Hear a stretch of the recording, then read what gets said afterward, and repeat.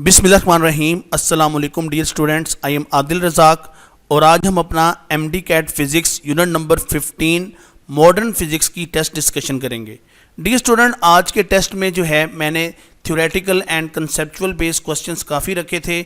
यहाँ पे numerical portion मैंने कम रखा था। उसकी वजह यह है कि आपको पहले मैंने लेवल 1 के क्वेश्चंस करवाने हैं कि जिसके अंदर आपको कंसेप्ट बेस्ड और थ्योरी बेस्ड क्वेश्चंस बहुत अच्छी तरह से आने चाहिए। इंशाल्लाह जब हम जाएंगे अपनी टेस्ट सेशन की जानिब तब मैं आपको न्यूमेरिकल पोर्शन ज़्यादा जो है करवाऊंगा ताकि आपका वो जो न्यूमेरिकल वाला डर है वो कम किया जा सके। तो अब हम बढ़ते हैं जी आज की टेस्ट डिस्कशन की जानिब। तो ये देखिए, पहला MCQ है, a photon of energy 3 electron volt is used to provide linear momentum in an electron initially at rest, the gain in momentum is. अब हमें एक ऐसा फार्मूला चाहिए कि जिसमें मोमेंटम और एनर्जी हो और जिसमें वेलोसिटी भी हो। तो हमने कहा जी देखिए हमारे पास फार्मूला है E = PC।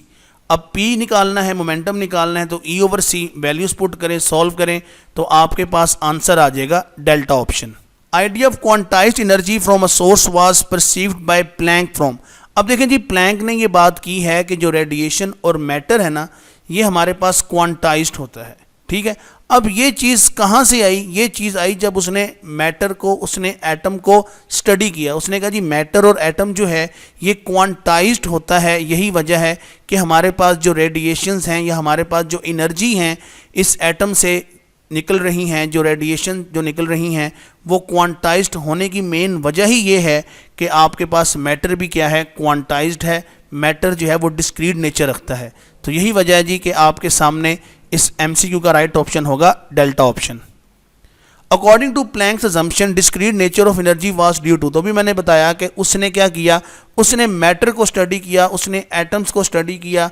ठीक है, तो यही वजह है कि जब उसने मैटर और एटम को स्टडी किया तो उसने कहा कि मैटर और एटम भी क्वांटाइज्ड हैं। यही वजह है कि एनर्जी भी क्वांटाइज्ड है। और उसने कहा कि ये इंट्रिंसिक प्रॉपर्टी है मैटर की कि मैटर भी क्वांटाइज्ड होगा और उससे रेलेवेंट जो एनर्जी है वो भी क्वांटाइज्ड होगी। सो इस MCQ का राइट ऑप्शन आ जाएगा beta option. The most important factor used in modern physics involving high degree of quantized energies. तो सिंपल जी, मॉडर्न फिजिक्स में जो सबसे इंपॉर्टेंट पैरामीटर है वो है प्लैंक्स कांस्टेंट। ठीक है, तो इस MCQ का राइट ऑप्शन आ जाएगा हमारे पास delta option. Discrete nature of energy is not prominent when. तो देखें जी, डिस्क्रीट नेचर जो है वो कब प्रोमिनेंट नहीं होती? तो हमने कहा कि जब एनर्जी स्टेप बहुत मामूली होंगे। उसकी वजह क्या है? As energy is directly proportional to frequency and energy is inversely proportional to wavelength. When delta is very small, जब आपके पास चेंज इन एनर्जी बहुत थोड़ी होगी, बहुत मामूली होगी, discrete nature of energy is not prominent. इसकी सिंपल मिसाल इन दो केसेस से लें कि यहाँ पर एनर्जी गैप ज़्यादा है तो यहाँ पर डिफरेंस इन एनर्जी ज़्यादा होगा। डिफरेंस इन एनर्जी ज़्यादा होगा तो यहाँ से इमिटेड फोटोन जो है उसको स्टडी करना, उसको जो है परखना जो है हमारे लिए क्या होगा, आसान होगा। जबकि यहाँ पर एनर्जी गैप बहुत मामूली है और यहाँ से निकलने वाला जो फोटोन है उसको स्टडी करना, उसको एग्जामिन करना बहुत ही मुश्किल है। यही वजह है कि हम कहते हैं कि discrete nature of energy is not prominent when energy steps are very small. So right option आ जाएगा इसका alpha option. The experimental setup which can reveal dual nature of radiations with ease is. तो देखें, ये बात मैंने आपसे lecture में की थी कि कोई भी एक्सपेरिमेंट ऐसा नहीं है कि जिसमें एक ही लम्हे में हमें डुअल नेचर ऑफ लाइट जो है वो मिल जाए। लेकिन फोटो इलेक्ट्रिक इफेक्ट में हम ये कहते हैं कि अगर आपके पास इंसिडेंट फ्रीक्वेंसी थ्रेशोल्ड फ्रीक्वेंसी से कम है तो लाइट बिहेव करती है एज वेव, क्योंकि कोई इलेक्ट्रॉन एमिट नहीं होना होता। लेकिन अगर इंसिडेंट फ्रीक्वेंसी उससे बराबर हो जाए या उससे ज़्यादा हो जाए तो अब क्या होगा, अब इलेक्ट्रॉन्स एमिट होंगे और लाइट बिहेव करेगी एज पार्टिकल। सो इस MCQ का राइट ऑप्शन आ गया photo electric effect, beta option. The repulsive potential of battery where the photoelectric current ceases is called. तो इसको हम सिंपल बोलते हैं जी कि ये हमारे पास स्टॉपिंग पोटेंशियल होता है कि जिसकी वजह से करंट जो है वो सीज हो जाता है। तो ये देखिए जी, स्टॉपिंग पोटेंशियल जो है वो डायरेक्टली प्रोपोर्शनल होता है थ्रेशोल्ड फ्रीक्वेंसी के। सो राइट ऑप्शन आ जाएगा हमारे पास alpha option. Photo electrons emitted from a flat cathode when excited by radiation source of suitable frequency are. तो देखिए जी, जब भी इलेक्ट्रॉन ने इमिट होना होता है टारगेट मेटल से, तो इलेक्ट्रॉन की इमिशन जो है वो बहुत ही जो है वो रैंडम किस्म की होती है, वो मल्टी डायरेक्शंस में मूव करते हैं। उस मल्टी डायरेक्शन को एक सिंगल डायरेक्शन में कन्वर्ट करने के लिए हम आगे एनोड लगा देते हैं, ताकि इलेक्ट्रॉन्स जो हैं वो एनोड की तरफ जो है अट्रैक्ट हों और अब वो एक यूनिफॉर्म जो है वो डायरेक्शन में मूव करें। ओके, तो इसीलिए हम कहते हैं जी स्टार्ट में they have multi directional nature. यही वजह है कि हमारे पास जो राइट ऑप्शन होगा वो होगा डेल्टा ऑप्शन। ये आप देख भी सकते हैं कि इलेक्ट्रॉन एमिशन बहुत रैंडम है। A photon source of 10 electron volt energy is used in photoelectric experiments such that distance from cathode is r. The photoelectric current will become dash if source of photon is moved away from cathode at a distance 2r. अब देखें जी, यहाँ पर जो आपने पहली बात याद रखनी है वो ये है कि फोटो इलेक्ट्रिक करंट जो है वो इंटेंसिटी ऑफ इंसिडेंट रेडिएशन के डायरेक्टली प्रोपोर्शनल होता है, और दूसरी बात कि जो इंटेंसिटी है ये इन्वर्सली प्रोपोर्शनल होती है स्क्वायर ऑफ डिस्टेंस के। तो अब देखें जी, यहाँ पे डिस्टेंस डबल हो गया है। अगर डिस्टेंस डबल होगा तो आपके पास इंटेंसिटी जो है वो 1/4 हो जाएगी अकॉर्डिंग टू रिलेशन। तो ये देखिए जी, करंट जो है वो डायरेक्टली प्रोपोर्शनल इंटेंसिटी के, और इंटेंसिटी है inversely proportional to square of distance. If distance become double, current becomes 1/4। Okay, तो अब हमने कहा जी हमारे पास जो राइट ऑप्शन आ गया वो आ गया alpha option. 3 radiation source of frequency f1, f2 and f3 are used in an experimental setup of photoelectric effect separately. Threshold frequency of cathode is f0. Following observations are noted. हाँ जी, पहली observation है no photoelectric current is observed for f3. अब ध्यान से देखिए कि f3 के लिए कोई करंट नहीं आया। इसका मतलब क्या है कि f3 जो है वो लेस देन है थ्रेशोल्ड फ्रीक्वेंसी से। A pulse of current with low energy electrons appear for F2 and diminish battery turned off in this case. अब देखें जी, यहाँ पर आपके पास जो है एक पल्स आई है करंट की विद लो एनर्जी। इसका मतलब क्या है कि F2 जो है वो अप्रोक्सीमेट इक्वल है किसके, थ्रेशोल्ड फ्रीक्वेंसी के। ये बात भी आपने नोट कर ली। तीसरी ये है कि ammeter shows continuous current for F1। इसका मतलब ये है कि जो F1 है वो थ्रेशोल्ड फ्रीक्वेंसी से ज़्यादा है। यही वजह है कि इलेक्ट्रॉन एमिट भी हो रहा है और वो मूव भी कर रहा है। यही वजह है कि करंट फ्लो हो रहा है और एमीटर उसको शो कर रहा है। अब हमने जी इन तीनों जो हमारे पास ऑब्जर्वेशन है इनके मुताबिक अब हमने आंसर बताना है कि आंसर क्या होगा। तो देखिए जी, हमारे पास जो चार्ली ऑप्शन है उसमें देखिए कि F3 लेस देन F2। ये बात समझ आती है क्यों? क्योंकि F3 जो है वो लेस देन है किससे, थ्रेशोल्ड फ्रीक्वेंसी से, और हमें पता है कि F2 जो है वो F0 के इक्वल है, इसलिए F3 लेस देन F2 आ गया। अब जो F2 है वो अप्रोक्सीमेट इक्वल है किसके, F0 के, क्योंकि F2 के ऊपर जो है वो आपको करंट मिलता है। अब जो F0 है वो लेस देन है F1 के, क्यों? क्योंकि F1 की वैल्यू ज़्यादा है, क्योंकि इसके ऊपर एक तो इलेक्ट्रॉन इमिट भी हो रहे हैं और दूसरा एमीटर कॉन्टिन्यूस जो है वो वैल्यू भी शो कर रहा है। तो हमने कहा जो F1 है इसकी वैल्यू F0 से ज़्यादा है। यही वजह है कि ये चीज़ें मैंने आपके सामने एक्सप्लेन कर दी हैं। ठीक है, आप देख भी सकते हो। सो राइट ऑप्शन आ जाएगा इस MCQ का Charlie option. V0 E is equal to HF minus HF0 hold goods for photo electrons of. तो ये बात लेक्चर में मैंने बताई थी कि ये इक्वेशन तब आएगी जब हमारे पास सरप्लस एनर्जी होगी, जब हमारे पास मैक्सिमम एनर्जी होगी। सो ये आप देख सकते हो, राइट ऑप्शन आ गया alpha option. Intensity of incident energy does effect. अब हमने ये देखना है कि जो इंसिडेंट एनर्जी की इंटेंसिटी है वो किस पे डिपेंड करती है, वो किसको अफेक्ट करती है। तो अभी हम पहले पढ़ के गए हैं कि इंटेंसिटी जो है वो डायरेक्टली प्रोपोर्शनल होती है फोटो इलेक्ट्रिक करंट के। तो इसने सिर्फ फोटो इलेक्ट्रिक करंट को क्या करना है, अफेक्ट करना है। ये आप देख सकते हो कि अगर आप इंटेंसिटी बढ़ाते हो तो आपके पास फोटो इलेक्ट्रिक करंट भी जो है वो इंक्रीज होता है। और ये आप देख सकते हो कि फोटो इलेक्ट्रिक करंट और इंटेंसिटी का आपस में डायरेक्ट रिलेशन है। सो ये सिर्फ उसको ही अफेक्ट करेगी। सो राइट ऑप्शन आ जाएगा alpha option. Threshold frequency of light for photo electric effect was explained on the basis of. तो देखें जी, ये बुक में बड़े वाजे तौर पे लिखा हुआ है कि थ्रेशोल्ड फ्रीक्वेंसी को क्लासिकल आइडिया जो है वो एक्सप्लेन नहीं कर सकता।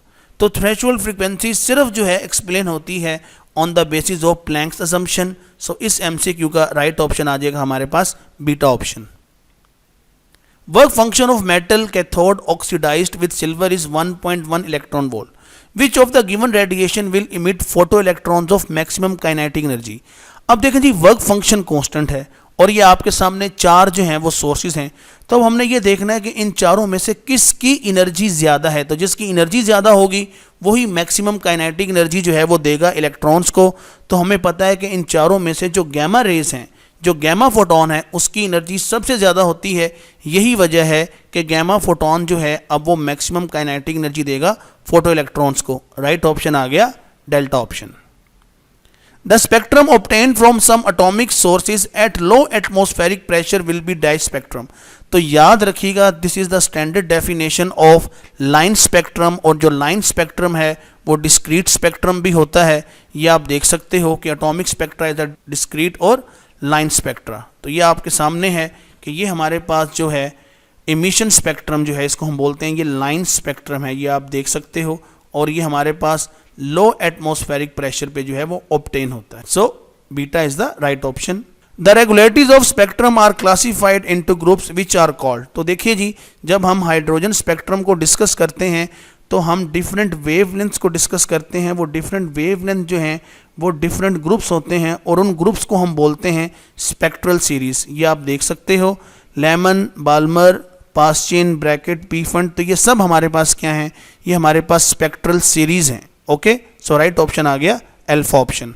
Radiation and absorption spectrum of different media helps to predict. तो ये देखिए dear students, radiation and absorption spectrum of different media help us to predict electronic arrangement due to study of different energy levels from media. अब ये देखें जी, जब भी हम radiations को या हम एब्जॉर्प्शन स्पेक्ट्रम को स्टडी करते हैं तो इससे हमें मिलता क्या है, इससे हमें मिलती हैं डिफरेंट टाइप की रेडिएशंस। अभी जो डिफरेंट टाइप की रेडिएशंस हैं ये हमें ये बताती हैं कि इस एटम के अंदर या इस मैटर के अंदर एनर्जी लेवल्स कितने हैं। तो उस हिसाब से फिर हम उसकी इलेक्ट्रॉनिक अरेंजमेंट बनाते हैं। तो ये स्पेक्ट्रा स्टडी करके ही हमने डिफरेंट एलिमेंट्स को आइडेंटिफाई किया है और उनको पीरियोडिक टेबल में प्लेस किया है। सो इस एमसीक्यू का राइट ऑप्शन आ जाएगा अल्फा ऑप्शन, के इनको स्टडी करके हमें इलेक्ट्रॉनिक अरेंजमेंट पता चलती है। The spectral series of hydrogen which has longest line width is. तो डियर स्टूडेंट, ये बहुत ही एक इंपॉर्टेंट एमसीक्यू है और आपने इसको अपनी बुक से लाजमी देखना है। बुक में एक साइड इंफॉर्मेशन पे जो है वो एक डायग्राम बनी होगी जिसके अंदर Lyman, Balmer, Paschen, Brackett, Pfund series बनी हुई हैं और उनकी वेव लेंथ्स भी लिखी हुई हैं। आपने ये देखना है कि इनमें से लॉन्गेस्ट लाइन विड्थ किसकी है। तो आपका जो आंसर होगा वो होगा पी फंड सीरीज। ये देखिए आप कि पी फंड सीरीज की आपके पास क्या है, पी फंड सीरीज की आपके पास लाइन विड्थ जो है वो क्या होगी, वो ज़्यादा होगी। ठीक है, तो ये चीज़ आपने वहाँ से भी देखनी है। मैंने यहाँ पे जो है वो इसको एक्सप्लेन किया हुआ है। ठीक है, यहाँ पर ये सिर्फ पासचेन सीरीज़ के लिए बना हुआ है, लेकिन इसके बाद आपको पता है कि ब्रैकेट और पी फंड सीरीज़ भी आती हैं। तो पी फंड सीरीज़ की जो लाइन विड्थ होगी वो सबसे ज़्यादा होगी। सो राइट ऑप्शन आ गया delta option. Largest gap in term of wavelength exist between which set of consecutive spectral series. तो वंस अगेन ये सवाल भी वहीं से हल होगा और आपने इसको गौर से देखना है कि Lyman and Balmer series are set of consecutive series which has largest gap in term of wavelength. कैसे पता चलेगा कि आपने उनके जो एंड पॉइंट्स हैं उनको सब्ट्रैक्ट करना है। तो जो आपके पास वैल्यू आएगी वो आप देखेंगे कि लेमन और बाल्मर सीरीज़ के लिए मैक्सिमम है। ये आप देख भी सकते हो। तो सिंपल आपने इनका डिफरेंस ले लेना है। ओके, तो 365 माइनस 122 करो, इस तरह ये आपके पास जो है इनका गैप लो तो आपको नज़र आएगा कि इन दो का जो गैप है ये ज़्यादा है। सो राइट ऑप्शन आ गया हमारे पास डेल्टा ऑप्शन।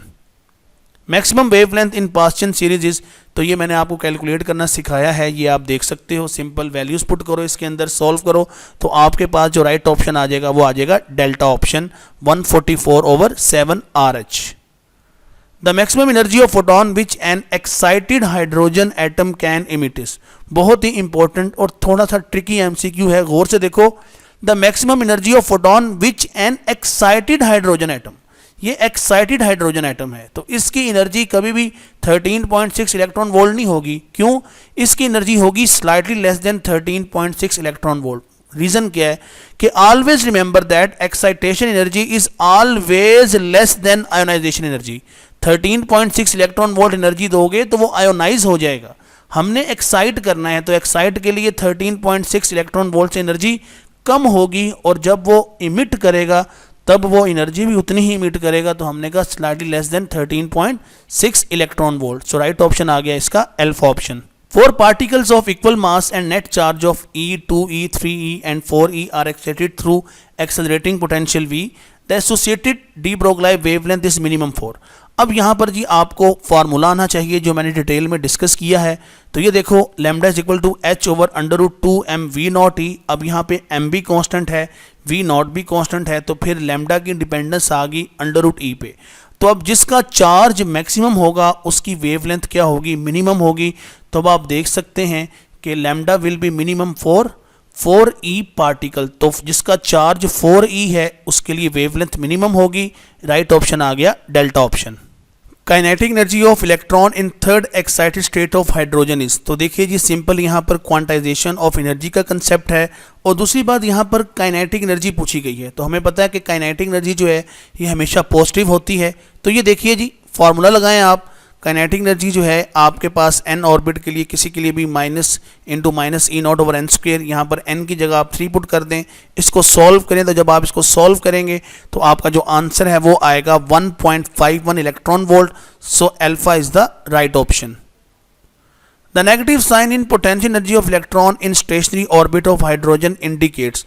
अब जो नेगेटिव साइन है ये इंडिकेट करता है कि जो नेगेटिव चार्ज है ये पॉजिटिव चार्ज को क्या कर रहा है, अट्रैक्ट कर रहा है। So negative sign indicates attraction. So इस एमसीक्यू का राइट ऑप्शन आ जाएगा Charlie option. Which of the following property of photon is not true. तो देखिए जी आपके सामने चारों ऑप्शन हैं। जो चार्ली ऑप्शन है ये जो ऑप्शन है ये सही नहीं है, क्योंकि हमें पता है कि फोटोन एक एलिमेंट्री पार्टिकल है और इसके ऊपर कोई चार्ज नहीं होता। सो चार्ली जो है वो यहाँ पे आंसर होगा। The number of photo electrons emitted per second in photo electric effect is dependent on. तो देखें जी ये बात पहले भी हो चुकी है कि आपके पास जो करंट है ये इंटेंसिटी पे डिपेंड करता है। So intensity of incident beam is directly proportional to number of photo electrons emitted per second. ये आप देख भी सकते हो कि अगर आप इंटेंसिटी बढ़ाओगे तो करंट बढ़ जाएगा और इंटेंसिटी का करंट के साथ डायरेक्ट रिलेशन है। सो इस एमसीक्यू का राइट ऑप्शन आ जाएगा delta option. When frequency of applied beam is greater than threshold frequency, the process of photo emission take place। याद रखिएगा कि जब भी आपके पास इंसिडेंट एनर्जी या इंसिडेंट फ्रीक्वेंसी थ्रेशोल्ड से ज़्यादा होगी तो इलेक्ट्रॉन इंस्टेंटेनियसली जो है वो इमिट होगा, क्योंकि अब उसके पास एनर्जी इतनी ज़्यादा है कि ना तो उसने कोई जो है रेजिस्टेंस शो करनी है ना ही कोई कोलिजन शो करनी है। अब एनर्जी एक्सेस है तो वो बहुत आराम से और बहुत जल्दी वहाँ से जो है वो निकल सकता है। यही वजह है कि हमने कहा जी ये देखें कि अगर तो लेस देन है तो इलेक्ट्रॉन इमिट नहीं होगा, इक्वल है तो इलेक्ट्रॉन इमिट होगा लेकिन उसकी काइनेटिक एनर्जी ज़ीरो होगी। लेकिन अगर एनर्जी ज़्यादा है, फ्रीक्वेंसी ज़्यादा है तो इंस्टेंटेनियस इमिशन होगी इलेक्ट्रॉन की विद मैक्सिमम काइनेटिक एनर्जी। ये आप देख सकते हो कि ब्लू के साथ एक तो वो इंस्टेंटेनियसली इमिट हो रहा है और दूसरा उसकी एनर्जी भी क्या है, ज़्यादा है। सो राइट ऑप्शन आ जाएगा Charlie option. Dash X rays are use to detect break in bones. तो देखिए जी हमारे पास मैंने लेक्चर में डिस्कस किया था एक्सरेज है दो तरह की, एक है हार्ड एक्सरेज और एक है सॉफ्ट एक्सरेज। जो हार्ड एक्सरेज हैं इनकी पेनिट्रेटिंग पावर ज़्यादा होती है, ये ज़्यादा पेनिट्रेट कर सकती हैं और हमें पता चल सकता है कि बोन में कहाँ पे ब्रेकिंग है या नहीं है। तो यही वजह है कि हम कहते हैं कि hard X rays are use to detect break in bones. So right option आ जाएगा हमारे पास alpha option. Heavier target metals in X ray tube. क्या होता है जी उसमें, देखिए जी अगर आपके पास टारगेट मेटल हैवी होगी, उसका एटॉमिक नंबर ज़्यादा होगा, तो हमें पता है कि अगर एटॉमिक नंबर ज़्यादा हो तो कैरेक्टरिस्टिक्स एक्सरेज की फ्रीक्वेंसी और एनर्जी जो है वो क्या होती है, ज़्यादा होती है। तो यही वजह है कि हमने कहा जी heavier target metal in X ray tube increases frequency of characteristics spectrum. ये आप देख भी सकते हो कि आपके पास मोज़ले लॉ मैंने डिस्कस किया था आपके साथ, वो बताता है कि फ्रीक्वेंसी का एटॉमिक नंबर के साथ डायरेक्ट रिलेशन है। तो अगर एटॉमिक नंबर ज़्यादा होगा मतलब हैवियर टारगेट होगा तो फ्रीक्वेंसी स्पेक्ट्रम भी इंक्रीज होगा। सो राइट ऑप्शन आ जाएगा Charlie option. The atom of target after emission of X rays are in dash state. तो हम जानते हैं कि जब एक्सरेज इमिट हो जाएंगी तो अब आपके पास जो एटम टारगेट है वो ग्राउंड स्टेट में आ जाएगा, ठीक है, क्योंकि हमें पता है कि जब भी रेडिएशंस इमिट होनी होती हैं तो हमेशा हाई लेवल से वो ग्राउंड लेवल तक आती हैं। यही वजह है कि जब एक्सरेज इमिट हो जाएंगी तो अब टारगेट एटम दोबारा जो है वो ग्राउंड स्टेट में आ जाएगा। राइट ऑप्शन आ गया चार्ली ऑप्शन। डियर स्टूडेंट्स, इसके साथ ही आज की टेस्ट डिस्कशन जो है वो ख़त्म होती है। मैं उम्मीद करूंगा कि आपका ये टेस्ट बहुत अच्छा हुआ होगा। जो गलतियां हैं, जो मिस्टेक्स हैं, वो मेरे साथ डिस्कस कीजिए। इंशाल्लाह उनको भी हम ओवरकम करेंगे। और अब आपका जो सिलेबस है वो नियर अबाउट ख़त्म होने वाला है। सो आपसे रिक्वेस्ट है कि ज़्यादा एफर्ट करें ताकि टेस्ट सेशन में आप बेहतर से बेहतर परफॉर्म कर सकें। मेरी दुआएं हमा वक्त आपके साथ हैं। अल्लाह पाक से दुआ है कि वो आपको हर इम्तिहान में कामयाब करे और ख़ास तौर पर ये जो MD कैट है इसमें आपको अच्छे से अच्छे मार्क्स अता फरमाए और आपका दाखिला बेहतरीन से बेहतरीन मेडिकल कॉलेज में हो सके। अपना ख्याल रखिएगा। अल्लाह हाफिज़, टेक केयर।